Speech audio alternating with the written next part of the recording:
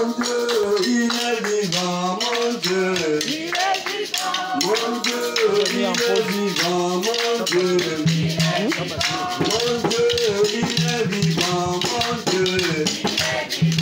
Il a révélé la semence de serpent. Il a révélé mariage et divorce. Mon Dieu, il est vivant, mon Dieu. Il est vivant. Mon Dieu, il est vivant, mon Dieu. Il est vivant. Cette année, c'est ton année.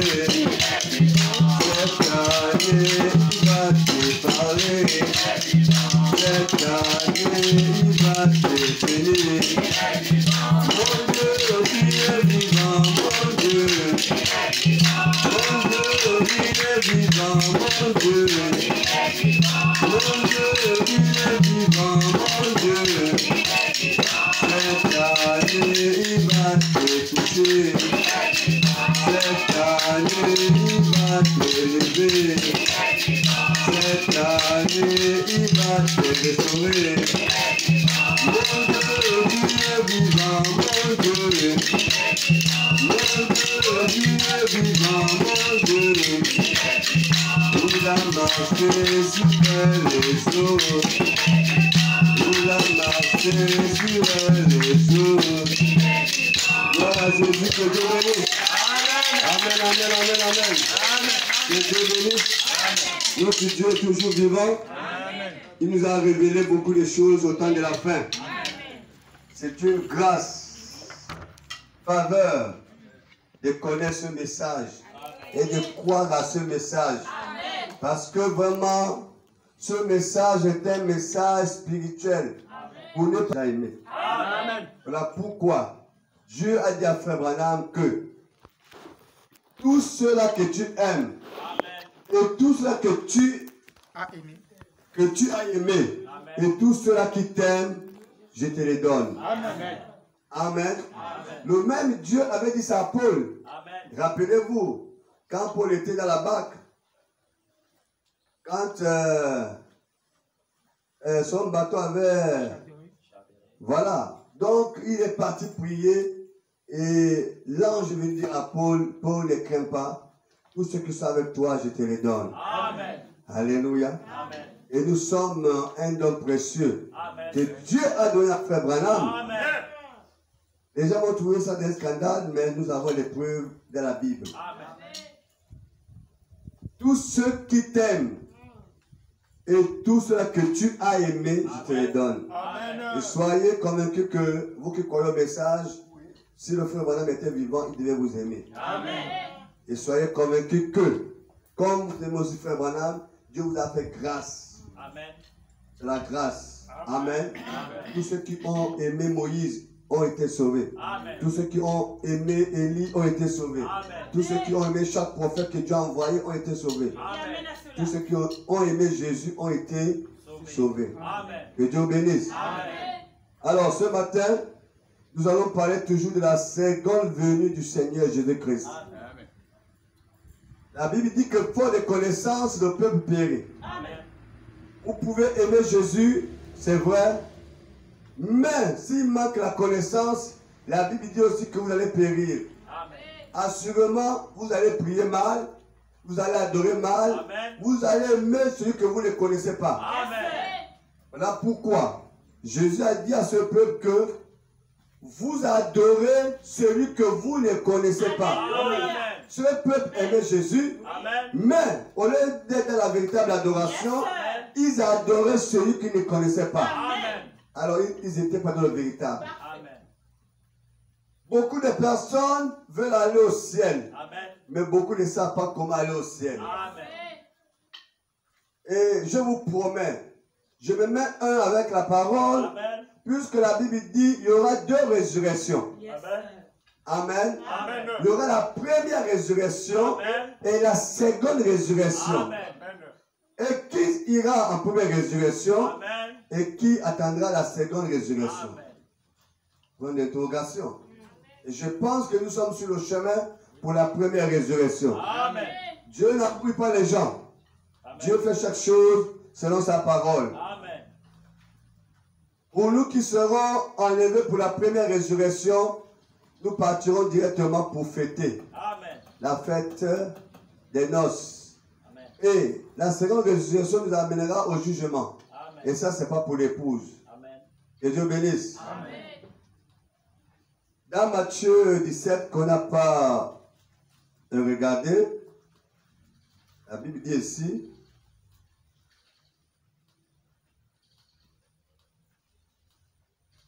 Matthieu 17, 6 jours après, Jésus prit avec lui Pierre, Jean et Jacques et Jean, son frère, et il les conduit à l'écart d'une haute montagne. Il fut transfiguré devant eux, son visage resplendit comme le soleil, ses vêtements deviennent blancs comme la lumière.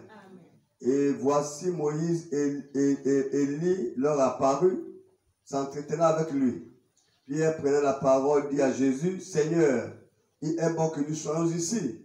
Vous voyez, quand vous êtes dans l'atmosphère céleste, vous ne voulez plus quitter. Amen.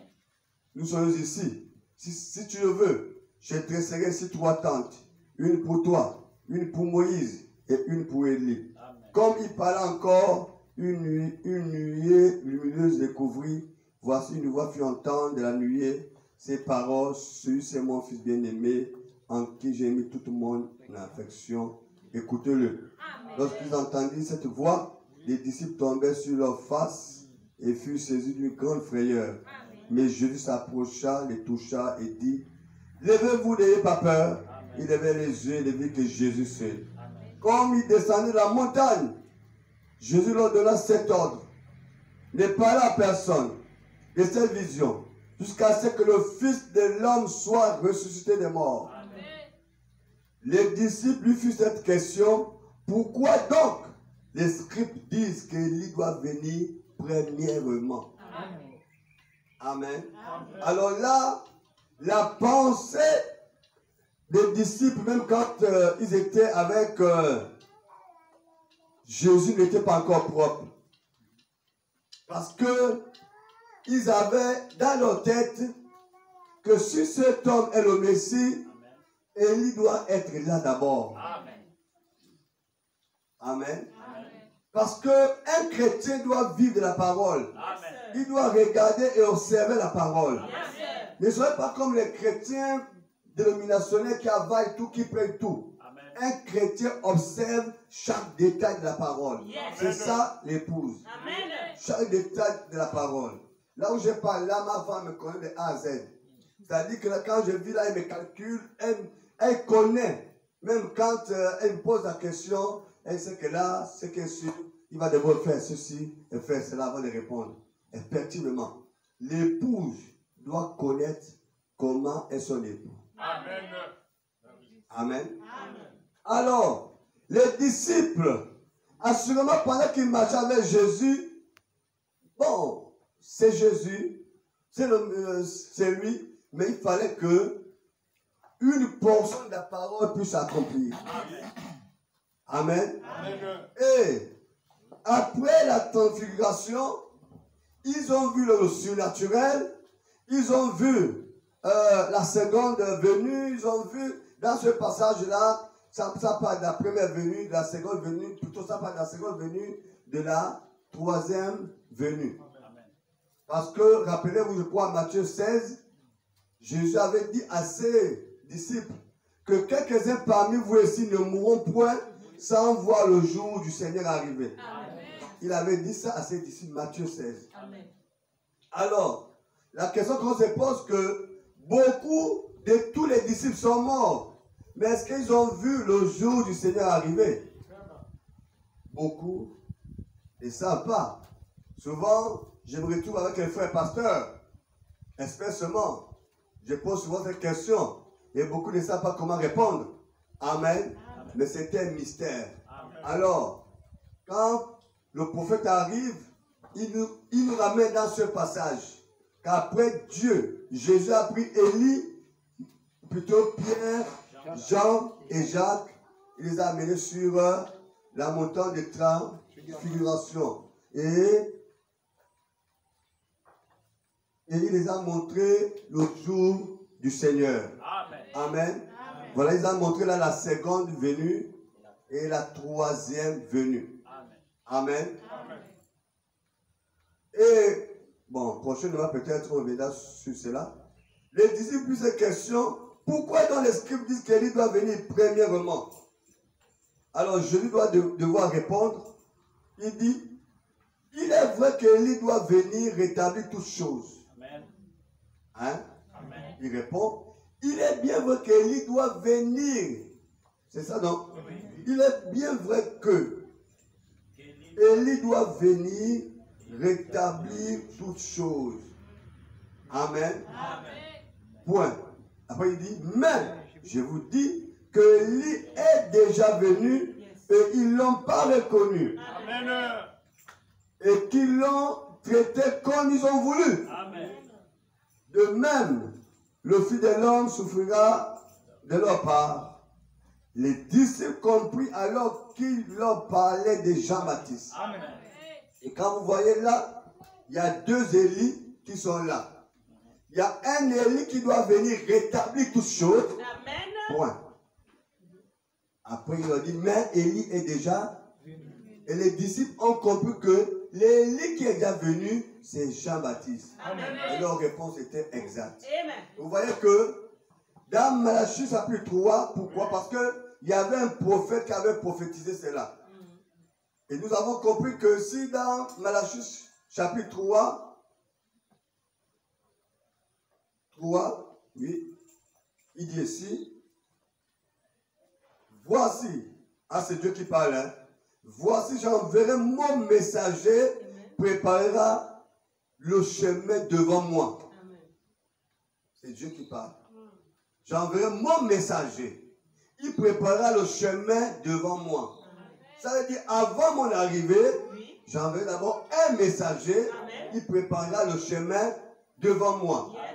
Et puis après, la Bible dit, et soudain rentrera dans son temple le Seigneur que vous cherchez. Amen. Cette prophétie, beaucoup de gens au temps de Jésus avaient les Écritures. Oui. Mais ils ne savaient pas à quel moment cette prophétie devait s'accomplir. Dieu cache ces choses aux uns et il révèle aux autres. Ils avaient les Écritures. Ils savaient que Dieu enverra un messager pour préparer son chemin. Mais ils ne savaient pas à quel moment le messager viendra. Amen. Et voilà, Jésus se présente devant eux. Bon, pour eux, ils disent que mais si c'est lui le Messie, mais il faut un Élie pour préparer son chemin. Nous sommes dans la première heure. Il faut un Élie pour préparer son chemin. Jésus-Christ est le même hier, aujourd'hui, éternellement. Amen. Si la première venue, il a envoyé un messager, la seconde venue, il doit aussi envoyer un messager. Amen. Même la troisième venue, il enverra toujours un messager. Amen. Amen. Dieu n'embrouille pas les gens. Amen. Même quand le président tourne les provinces là, avant que le président ne parte, on envoie d'abord les messagers. Amen. Pour aller préparer son arrivée. Amen. Tout ce que vous pouvez voir là, c'est l'ambiance. Mais il y a des gens qui ont préparé cela. Amen. Donc Dieu agit pareillement. Amen. Et la question ici, c'est connaître qui sont ces messagers. Amen. Mais pour connaître les messagers, il faut que Dieu lui-même vous révèle ces messagers. Amen. Vous ne pouvez pas les connaître dans la théologie. Vous ne pouvez pas les connaître dans les écoles bibliques. Amen. Vous ne pouvez pas les connaître en faisant aumônier ou en devenant bishop ou évêque ou archevêque. Ça, là, c'est le rôle du Saint-Esprit. Il révèle cela à ceux-là qu'il a aimés avant la fondation du monde. Amen. Je vais écouter les Amen. Amen. Vous savez qu'Amen, c'est carburant. C'est vrai que c'est l'enseignement. Amen. Amen. Que Dieu bénisse. Amen. Le grand problème, ce n'est pas le Messie. Mais le grand problème, c'est le messager. Amen. Si vous ne connaissez pas le messager, oui, vous ne pouvez pas reconnaître le Messie. Amen. Que Dieu vous bénisse. Amen. Amen. C'est le grand problème. Parce que Dieu n'embrouille pas les gens. Amen. Alors, les disciples ont posé la question, Mais si tu es le Messie, Élie est où? Amen. Amen. C'est là où Jésus répond. Il dit ceci. Voilà, il dit. Il dit, je vous dis que Élie est déjà venu. Amen. Ils ne l'ont pas reconnu. Amen. Et ils l'ont traité comme ils l'ont voulu. Amen. Le messager que Dieu envoie, les gens ne pourront jamais l'aimer. Amen. Dieu vous bénisse. Amen. Amen. La parole ne faillit pas. Amen. Amen. Comment vous pouvez aimer le messager que Dieu envoie? Amen. Le diable sait que lui là, il vient c'est pour éclairer les gens. Amen. Le diable va les combattre. Amen. Il va combattre les gens. Il va mettre la haine dans le cœur. Amen. Vous voyez combien de fois les gens ont la haine pour Jean-Baptiste? Amen. C'est Jésus qui le dit. Comment ils l'ont traité? Ils l'ont mal traité. Amen. Ils ont traité Jean-Baptiste de tous les noms. Amen. Amen. Parce que c'était le messager que Dieu avait envoyé. Amen. Jésus donne même la parabole que quand un roi envoyait souvent ses messagers pour sa vigne, et à chaque fois qu'il envoyait souvent les messagers, les gens les maltraitaient et les tuaient. Amen. Jusqu'à ce que lui-même il est venu. Amen. Donc Dieu envoie toujours les messagers. Amen. Mais le problème, mes amis, si on ne connaît pas les messagers, on est perdu. Amen. C'est très important de connaître les messagers. Amen. Alors là, les disciples ont été éclairés. Ils ont compris que le messager là, que Dieu avait préparé pour sa première vie, c'était Jean-Baptiste. Amen. Amen. Regardons dans Luc chapitre 1. Luc chapitre 1.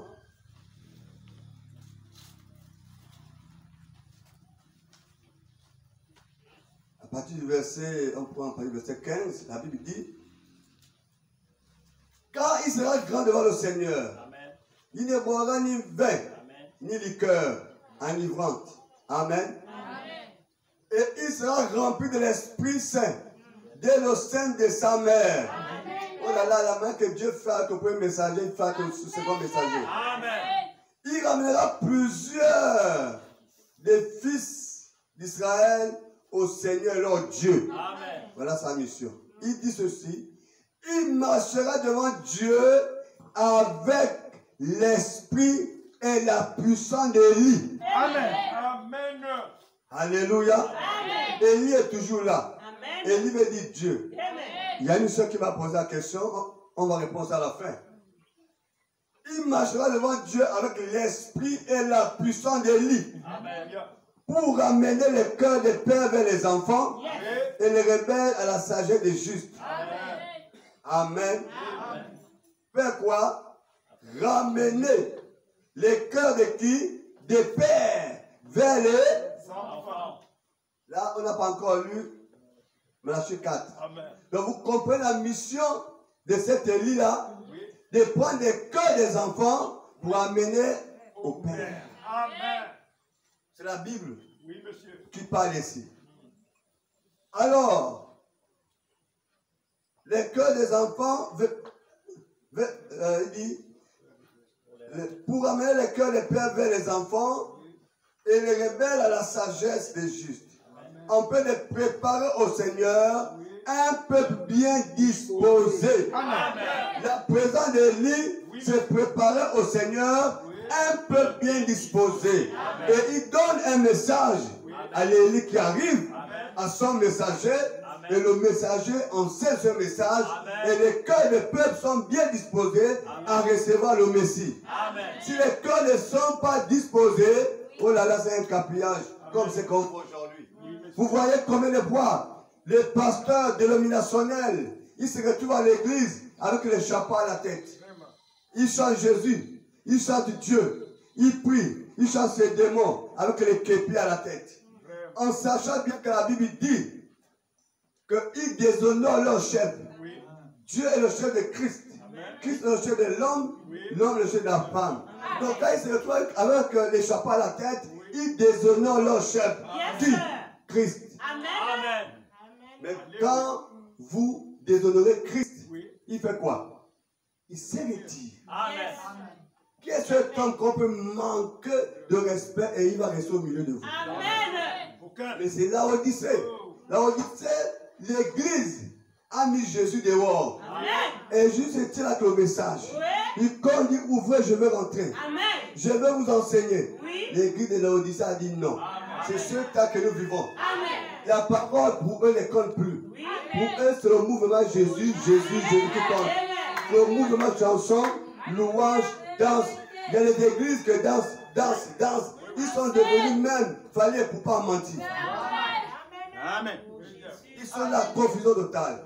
Voilà pourquoi la Bible dit un peuple sans prophète m'a d'une manière sans frère. La poule qu'on a coupé la tête. Il part partout. Pour eux, ça suffit que Jésus est prononcé dans l'église. Ça suffit pour eux. Alors voilà, les cœurs ne sont pas disposés à recevoir le véritable. Dieu vous a aimé. Il a disposé vos cœurs à recevoir le véritable. Oh là là, je vais entendre des amens. Je vais entendre des amens. Je vais voir les acclamations du peuple pour son Dieu. Dieu vous a aimé, mes amis. Il a disposé vos cœurs à recevoir le messager. Vous savez, le messager du temps de la fin, beaucoup les gens ne le connaîtront jamais. Mais c'est à un peu bien disposé. Voilà. Donc je suis sur le chemin là. Donc Dieu a disposé mon cœur à recevoir ce message. Oh là là. Que Dieu bénisse. Ça c'est Jean-Baptiste. La manière qu'ils l'ont traité, ils l'ont maltraité. Amen. Ils l'ont maltraité. Jean-Baptiste avait une vision. Les recommandations. Tu ne bois pas. Tu ne fumes pas. Amen. Amen. Oh là là. Il sera rempli de l'esprit d'Élie. Amen. Que Dieu bénisse. Amen. Alors, lisez un peu le messager de la seconde venue. Que Dieu bénisse. Amen. Alors, regardons dans Malachie 4. On n'a pas encore regardé la bouche autorisée. Malachie 4 dit ceci. Il y a beaucoup de personnes qui pensent ou qui disent que Malachie 3 est le même messager de Malachie 4. Car voici le jour vient comme ardent comme une fournaise, tous les hautains, tous les méchants seront comme du chaume, le jour qui vient les embrassera, dit l'Éternel des armées. Il ne leur laissera ni racine ni rameau. Mais, pour vous qui craignez Dieu. Amen. Ça c'est maintenant pour ceux-là qui craignent Dieu. Amen. Mais pour vous qui craignez Dieu. Oh là là là là là là là là là. Il dit quoi? Mais pour vous qui craignez mon nom, s'élèvera le soleil de la justice. Amen. Pour vous éclairer. Amen. Quand le soleil est là, nous voyons clair. Amen. Quand il n'y a pas de soleil, nous ne voyons rien. On ne voit rien. Amen. Même on voit même l'arbre qu'on voit là. Quand c'est dans la nuit, on va penser que c'est un fantôme. Amen. Pour ça trembler. Même ça là. Dès que les feuilles font ça dans le noir, ça c'est un sorcier qui est là. Amen. Amen. Parce que c'est le noir.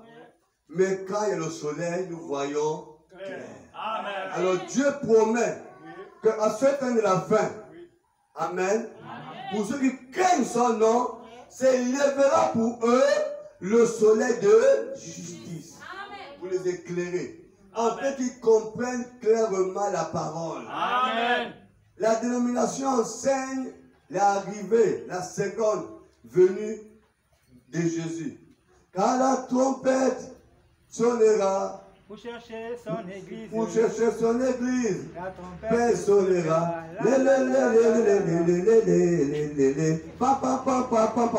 Et Jésus apparaît.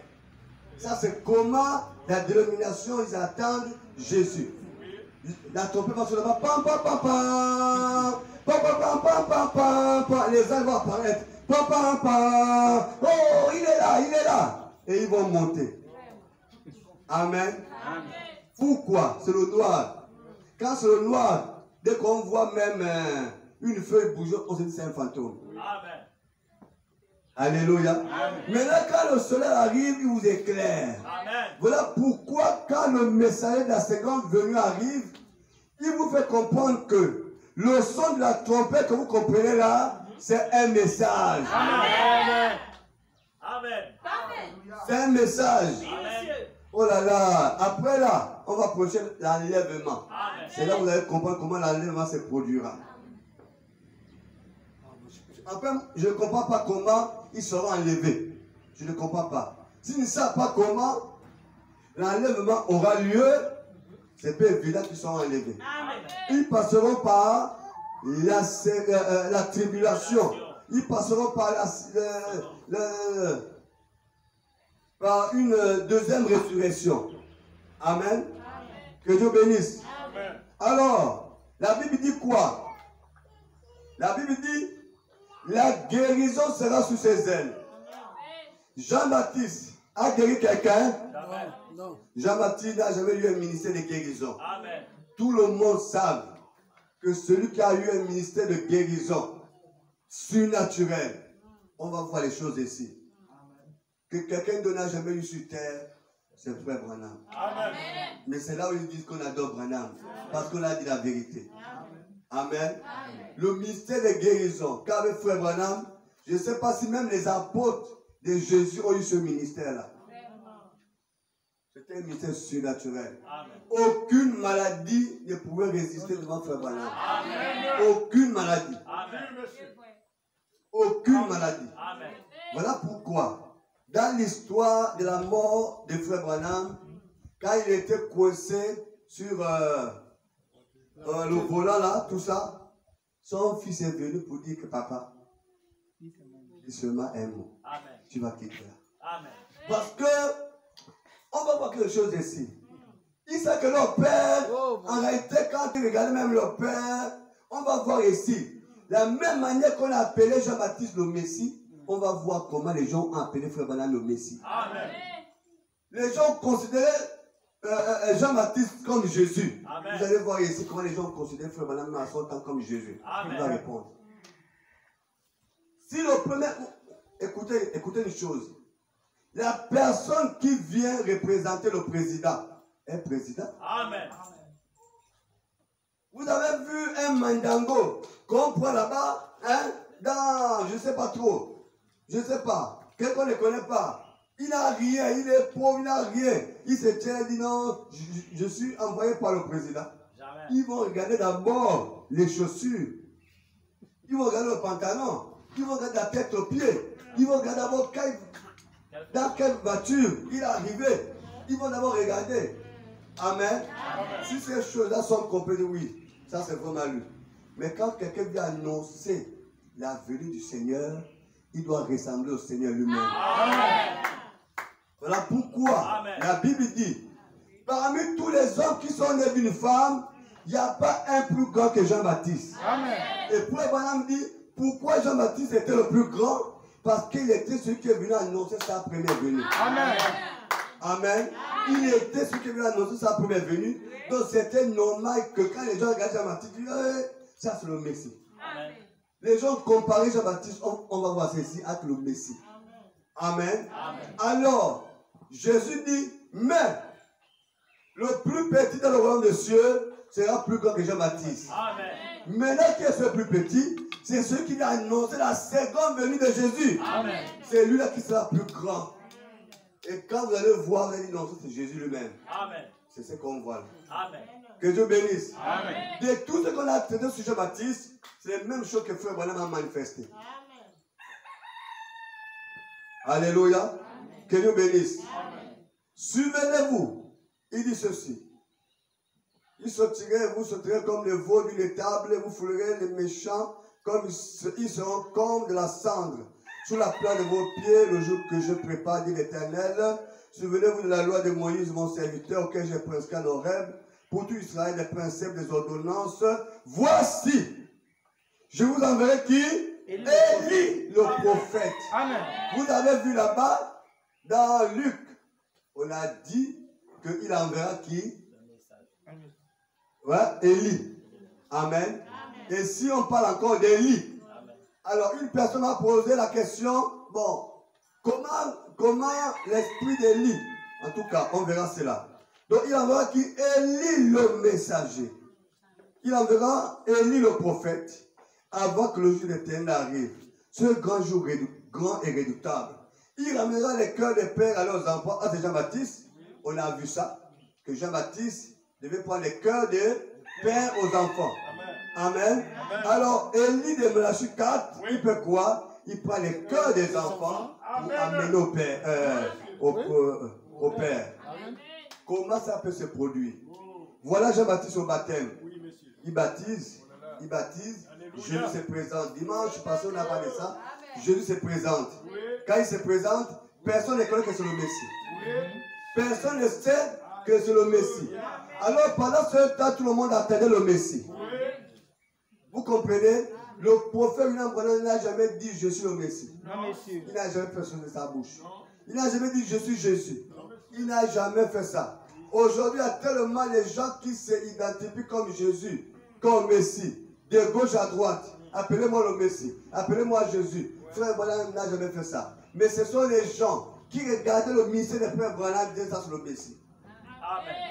Quand ils voient Frère Branham dans son ministère, à moins qu'il existe au ministère, non, ça c'est le Messie lui-même. Alors qu'aujourd'hui, nous avons les esprits d'antichrist qui disent que je suis le Messie. Je suis un Jésus de Baoulé. Je suis un Jésus en Chine.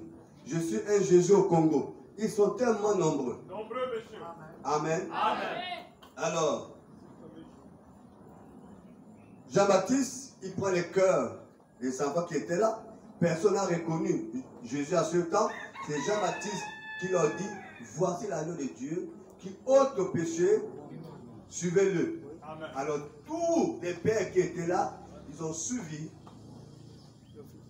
Jésus, le Fils qui commençait. Amen. Et ils sont